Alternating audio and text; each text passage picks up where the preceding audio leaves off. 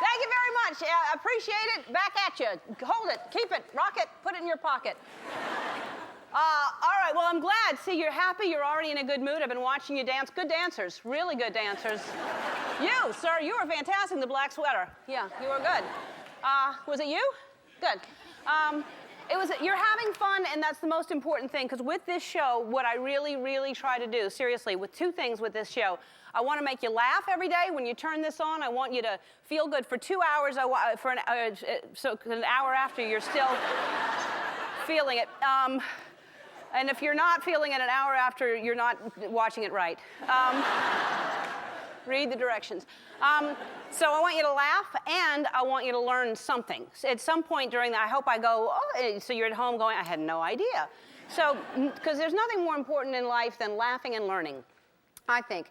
And the most important thing in the lesson today is we have to learn to laugh at ourselves, because you can't take life too seriously. You see these people, and they take life so seriously. They get so worked up about stuff. You know, I have to file my taxes, you know, and like, what are they going to do, arrest you, you know? That's a bad example. But my point is that you shouldn't take life, you know, or yourself so seriously all the time. You have to be able to laugh at your mistakes. And really, because the more you make mistakes, you learn. The people that you meet in life that have made so many mistakes, that's what builds character. And look at me, I'm a genius. I mean, I have to, not only do you see my mistakes, it's, you know, it's for millions of people, and then we repeat it over and over again. Yes, I said sur la table, you know. Now I know it's sur la table, but I had no idea.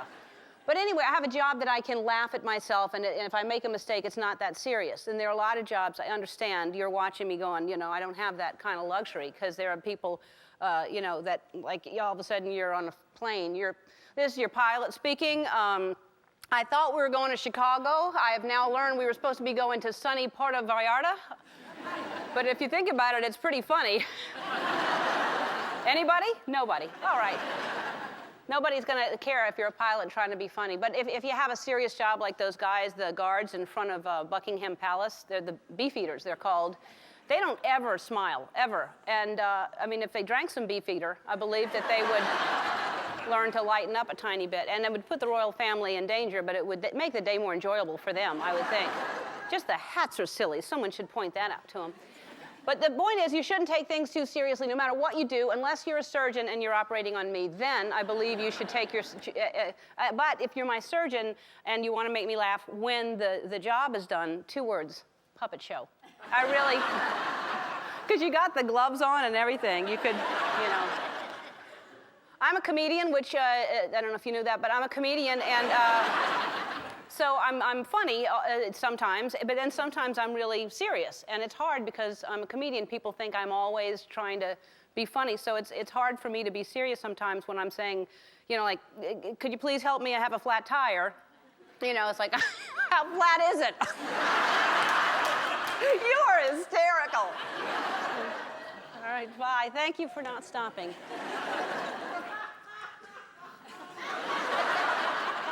One thing I do take very, very seriously, I think you know that, it's dancing.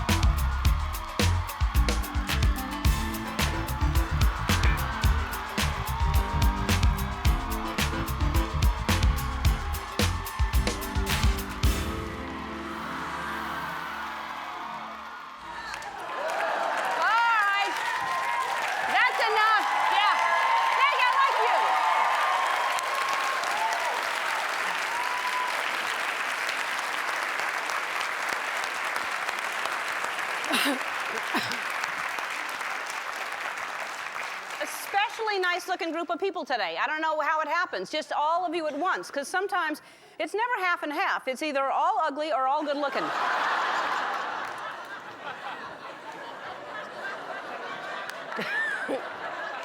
Good-looking group today. I'm happy for you. Yeah.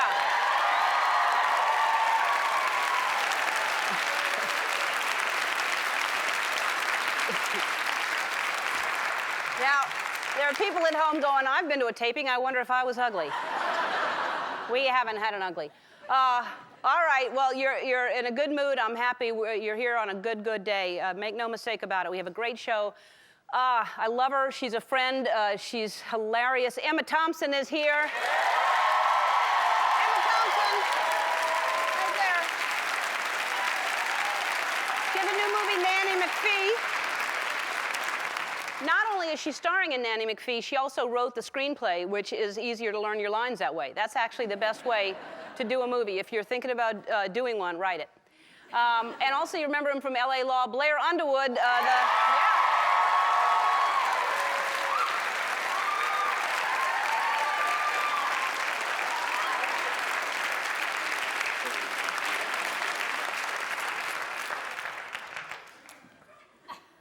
Very handsome, in the new movie, Something New, and I personally requested that she is on the show. An amazing singer. If you haven't heard her yet, she's so incredible. Heather Headley is here. She's got a new CD, In My Mind. And today she's singing her song, In My Mind, and that's a song. She's not singing In My Mind. That's the song I have in my mind all the time is Hot in Her. So today's monologue was about not taking things seriously. And I do believe if you make a mistake, it's always better to admit it instead of pretending like you didn't, because people know when you make a mistake. You don't have to think it's unnoticed. It's noticed. So on Tuesday, I was doing my sports desk segment, and I said the wrong date for the Super Bowl. I said it was February 4th. It's actually February 5th. And it really wasn't a mistake. I mean, I want to sometimes see how much power I have. And I thought maybe they would move the Super Bowl if so many people heard that day. And Saturday's better for me. Sundays I do something. Anyway, the man decided to keep the date. It's February 5th. So February 5th. And the reason I even care about Super Bowl is because we started a contest for Desperate Football Wives. And we got tons of emails. Now, when we started the contest, we named it Desperate Football Wives because of Desperate Housewives, and it was a catchy title. But we made a mistake when we used the word wives, because anybody can be a desperate woman or man, or anybody's desperate as long as you're with somebody who's crazy about football and you're not. So to prove it, it can be anyone. This is from Tim Harrington from Kool-Aid Dam, Washington. Hello, Ellen. I'm not a desperate football wife. I'm a desperate football husband. My wife is out of control when it comes to football. We have 3 TVs set up in our family room. She can't miss a game, a football commercial, or Sports Center about football. She has the radio on in the bathroom so she won't miss the game when she has to go. I refuse to put a TV in the bathroom. She also has the game on in our bedroom just in case she has to go there for some reason. What does that mean? She loves the Seahawks. I'm pretty much ignored during football games. Thanks for listening. You are cheaper than a shrink.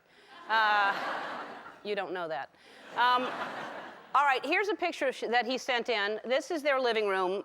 3 TVs. I'm on all of them. I don't see the problem, Tim. This is Tim and his wife, Linda, right here. He doesn't seem desperate. He's smiling. I mean, unless this is just a close-up, he's tied up from the waist down or something. All right, it's a cry for help, maybe, that smile. Tim, you're courageous for coming forward, and you're going to make it a lot easier for desperate football husbands to break their silence. You have nothing to be afraid of, desperate football husbands. I'm here to listen, so keep your emails coming in. And Tim, I'm billing you for this. All right, here's something I'm really, really excited about. My 30th high school. How many people go to your high school reunions? Do you go? Yeah. I've been busy. I've been working, and I'm usually on the road when I was doing stand-up, and then I haven't, been able to get back to my high school reunions. And I was in Atlanta, Texas, when I was a senior, and so this is now the 30th high school reunion is coming up in a couple of weeks. And so I can't go, and I decided to invite my entire class here to have my reunion here on the show. So, and it's a small town, so it's like 100-something people. And one of my old boyfriends, Ricky Partain, is coming, and I think he wants his promise ring back. I don't know where it is, Ricky.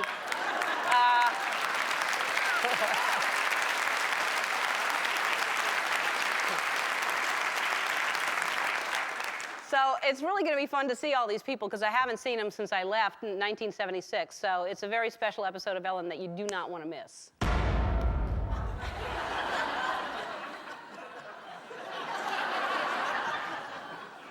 Yesterday was my birthday, and it's still my birthday. Right now. Yeah. My birthday now.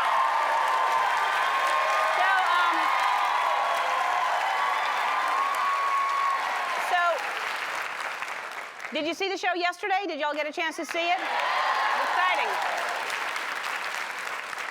So anyway, I'm celebrating. I have 4 more days because I've been celebrating all month. And if I receive any gifts after January 31st, I'll open them in February, which is my belated birthday month.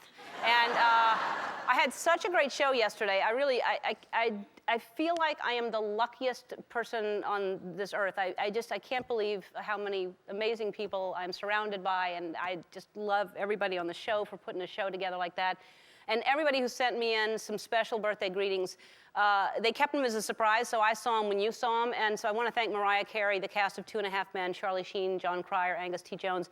And special thanks to President Bill Clinton. I was really, I couldn't believe I was seeing what I was seeing. And I started to cry, and then I could have just cried the rest of the show. And I just, I had to talk to Allison Janney. And so...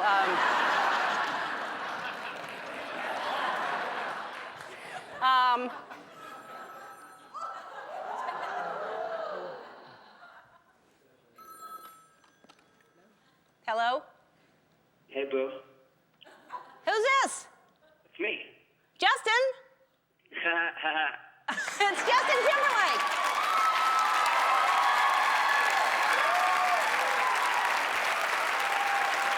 Justin? Wait, hold on. This isn't your private line? Wait, what? I said this isn't your private line? Sounds like you're having a party. I'm in the middle of a show. This is hilarious. I know. Listen. What? I'm stuck up here at Sundance. I know yesterday was your birthday. I feel terrible. I had to call and wish you a happy belated happy birthday. You're so sweet. I swear, I was driving into work, and I was like, I can't believe Justin didn't send me. I was really hurt. I was like, I can't believe Justin should have done that. Why didn't he do that? I know. Trust me, I broke my own heart. Oh. You're so sweet. You're up there doing all kinds of movies, and you're in Sundance. That's good for you. And wasn't your birthday, was your birthday the 24th? My birthday? Yeah, when's your birthday? The 31st. The 31st. Oh, that's right. Well, yes. All right then. Fellow Aquarian. Yeah, that's right. All right, Justin, I love you. Hey, listen, I love you too, but I got a bone to pick with you as well. And I hate to do this on live television, but you know what? I feel a little betrayed. What? This goes back to Christmas. I was sitting at home watching the Christmas episode. I was like, look, it's Christmas with Ellen, and that's great. And then all of a sudden, this mascot comes out. Little Snow. Little Snow, right.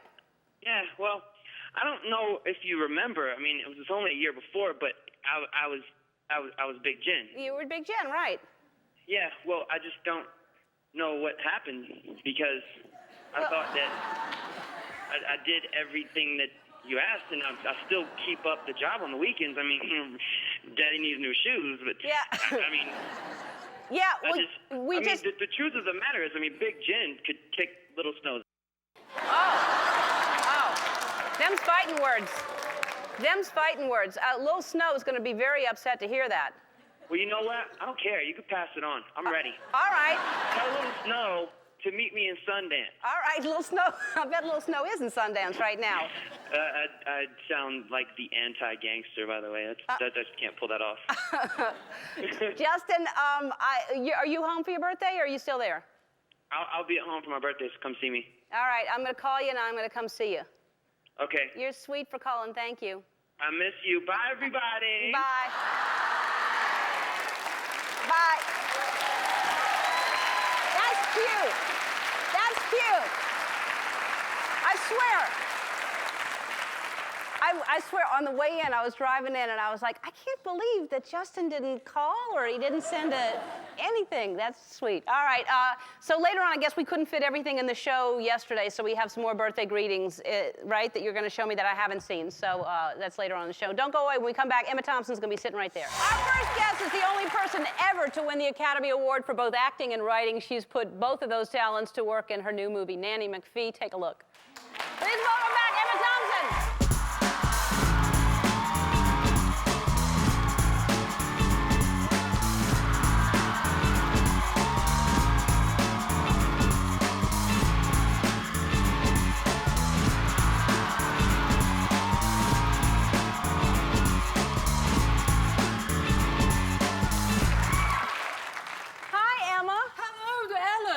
Wow. Sorry. You look fantastic. Thank you. I haven't seen you in so long. I have to do something. Have you seen me in that film? Yeah, well, you wrote it. You wrote yourself to look like that. I know. Yeah. It takes a lot longer to make me look like this than Yeah. it does like that. That's what's so upsetting. No, the good thing is, no matter what you look like, somebody's going to say you look great. But what's up with that you decided, hey, that's what I want to...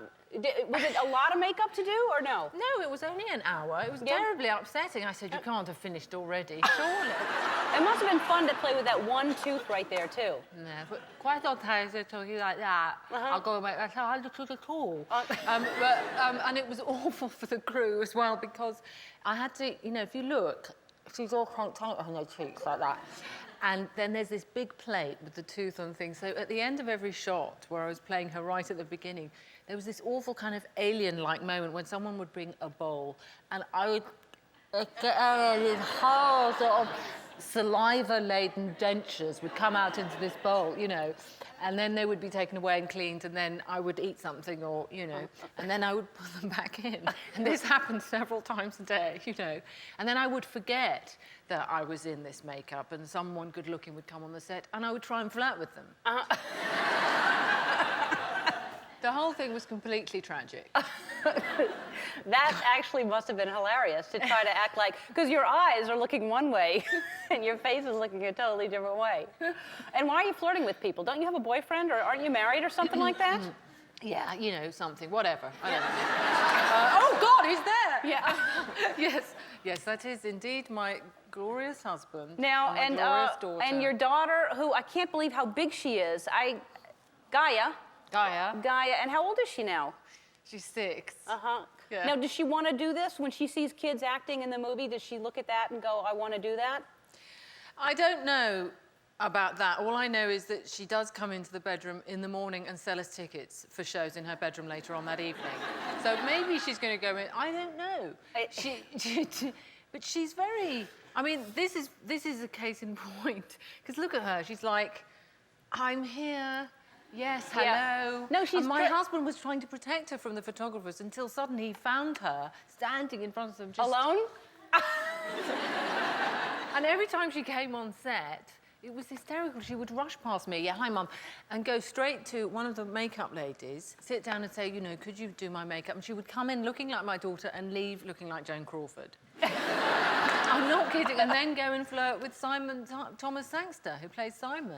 We're in deep trouble with that one. Yeah, well, she's adorable. She really is. And I'm sure with you, I don't know him, but with you as a parent, a lot of spunk, a whole lot of spunk. So you wrote the movie. Is this based on, did you have a nanny growing up? Not as nanny. And nannies I think of as rather professional people who were there all the time. We had a succession of what we called au pairs. Do you know that phrase? I've heard of an au pair. Young people who generally don't speak English and have come over to sort of get a bit of experience and learn the language. So it was more like social work than anything else for my mother, you know, because they were always going out with boyfriends and splitting up and going upset and everything. And we had a very nice German one called Barbara, who I still write to, and then we had a really vicious Polish one who once stole sweets that I was given after my tonsillectomy when I was 7. Oh, that's wrong. That is wrong. Yeah. I don't care what anyone says.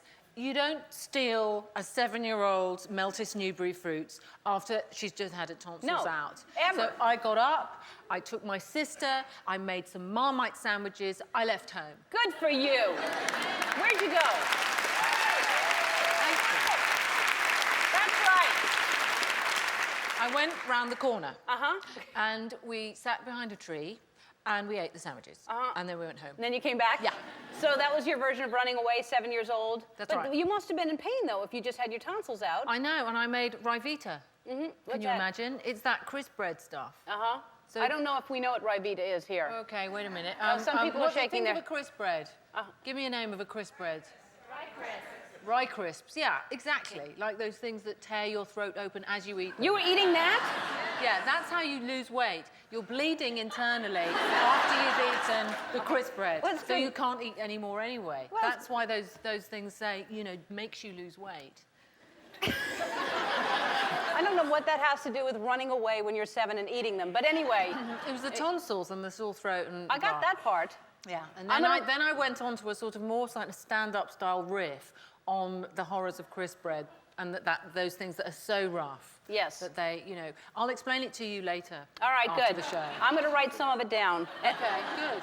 How dare you? All right, we have to take a break, and when we come back, we'll talk about the movie, and I'm so glad to see you. All right, we were just talking about during the break when she was on the show, and you do such great accents, because on the show we did this gag where she's actually not British at all, but you're from... Dayton, Ohio. Dayton, Ohio, yeah. And from the sitcom we're talking about. But anyway, so we're going to play a game where, I mean, it's sort of like Celebrity, which we've played before, where you hold up someone's name and we have to guess what it is. But I'm going to hold up a city, a state. What am I holding up? Do we know? Oh, it's just a type of accent, so it's regional. So I'm going to hold it up, and you're going to do the accent, and I'm going to try to guess what you're doing. All right. All right? And then you'll hold it up. So, all right. Well, people talk like very slowly because it's very hot down there, and I think the whole From the south? idea, yeah. Yeah, all right. All right. How you do one? Okay. All right. Don't mess with us. CIA. That's not an accent, is it? Yeah, I got a heart as big as... Wisconsin. You're just going to guess anything. I am. Go Longhorns.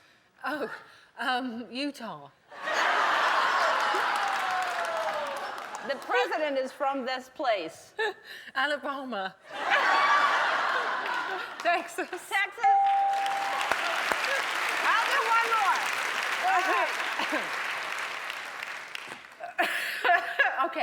Okay, so I'm talking to you really fast, okay? Okay, you gave me a clue. I'm going to give you another clue. They're very, very fast talking, and I played someone from here. She was married to the ex-president. That place. Talking that fast? Actually, is that the time? Sorry. You have to go? You have to go suddenly. I have no idea. Chicago? Yes! I don't know. I'm so sorry. Nanny McPhee opens today in theaters everywhere. We'll be right back. Don't go away. Well, if you know anything about me, you know I love games. That's why I'm really excited to play the biggest game of charades in the history of television. We call it Audience Charades.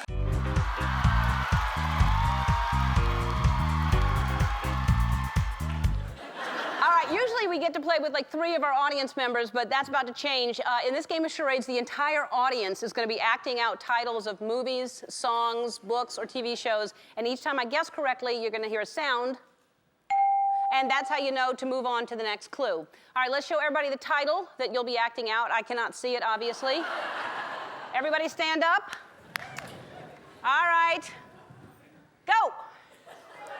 It's 4 words. It's a song. Crying. Cry. Cry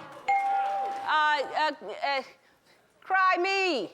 A river. Cry me a river. Good. All right, next one. What's the next one? Oh. 4 words. No, 4, 5. 4. What? It's 5 words. And what is it, though? It's a movie. All right. First word. 4. Second word.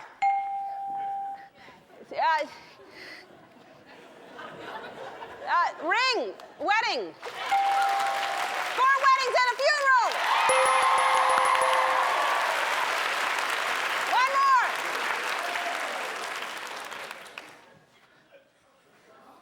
Three words. What is it? It's a television show. King of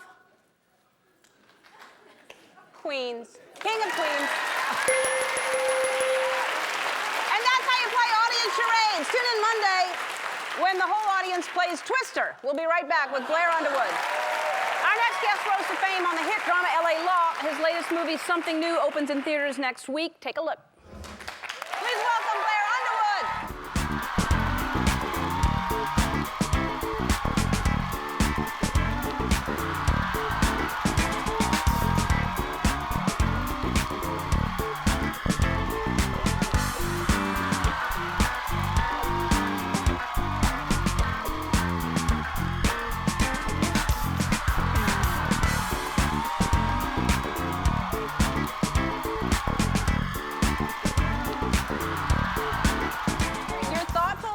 Because you're promoting your movie, because Something New is on the roses. So you have to excuse the shameless plug on your roses, but happy belated birthday. Beautiful. Thank you so much. Absolutely. And you look fantastic. Thank you. Thank you. That's my jam. I didn't play that.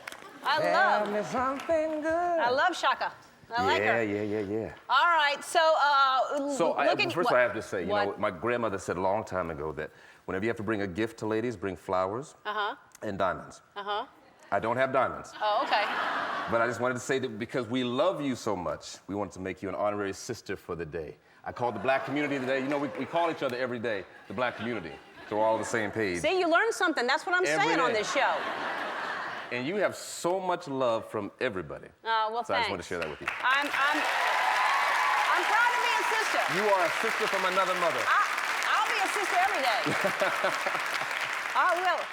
How long ago is this? Because you just What is look. that? Oh my God.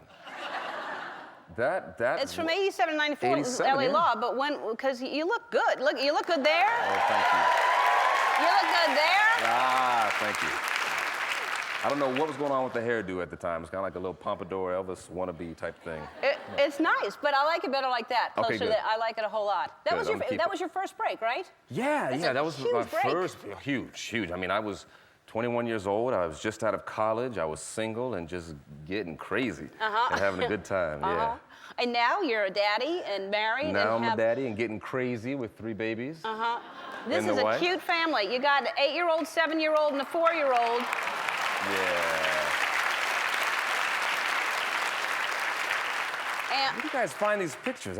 That's. Okay, these were in my house. In my, okay. All right. That's in my bedroom, and then this is on my piano. So I can't tell y'all. You're all going to want to buy this book. That you was this your idea from your son? This is a book. Yeah, I'm real proud of it. It's called Before I Got Here. It was inspired by my son when he was 4, and he just said something. Just you know when kids say those profound, just crazy, witty things. You're like, where did that child come from? What did he say? Hey, well, he was talking about a dream that he had, and I said, well, who told you that? And he said he was 4. He said, well, God told me when he made me, but I only had one ear at the time, so I could only hear a little.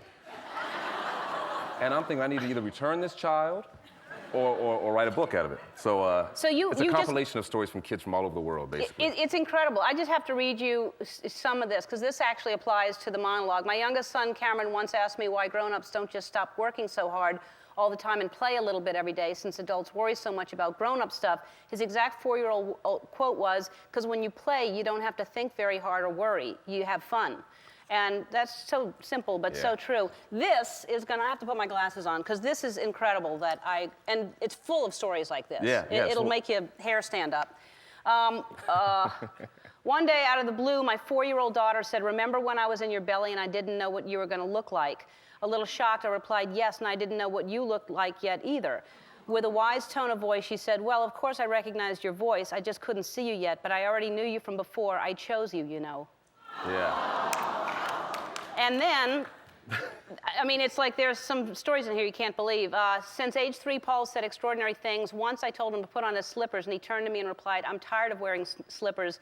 I asked him why he was tired of wearing slippers. He replied, I wore slippers for 65 years when I was here before. So this book is before I got here, and it is filled with the most amazing things that these kids say. They just blow me away on a daily basis. And anybody who has kids, if you're around kids, you kind of understand that. And, you know, we put up a website a couple of years ago, and people just logged on and shared these stories. I had no idea, you know, that everybody shared these kind of stories with kids. Because it's more than kids say the darndest things. It's like what you read. It's the profound, insightful things, yeah. Yeah, for a kid to tell you, I chose you, is pretty special. Ooh. Yeah. And eerie. Really. Eerie. All right, so Something New is the movie. It opens next Friday in theaters everywhere, and love seeing you again. Thanks for being here, Blair. Great to see you, too. All right. All right. Heather Headley performs after this. We'll be right back. I had so many people wishing me a happy birthday yesterday. We had to have some leftover for today, so take a look. Happy birthday to you. Hi, Ellen. Happy birthday from the 4 of us at Will and Grace. You know, Shawnee, you really should wear a little makeup. Hi, sweet Ellen. It's Davey Spade. You know me. You do. I've done your show. Ask around. Anyway, happy 30th. And I miss you like crazy, and I still haven't given up on us. Hi, this is Lauren Graham from the Gilmore Girls. I want to wish you, Ellen, a happy 60th birthday. You look amazing. Happy birthday, Ellen. We know you're a big fan of dancing. Unfortunately, most of us here at Scrubs are a little too shy to dance. Well, most of us. Happy birthday! Happy birthday.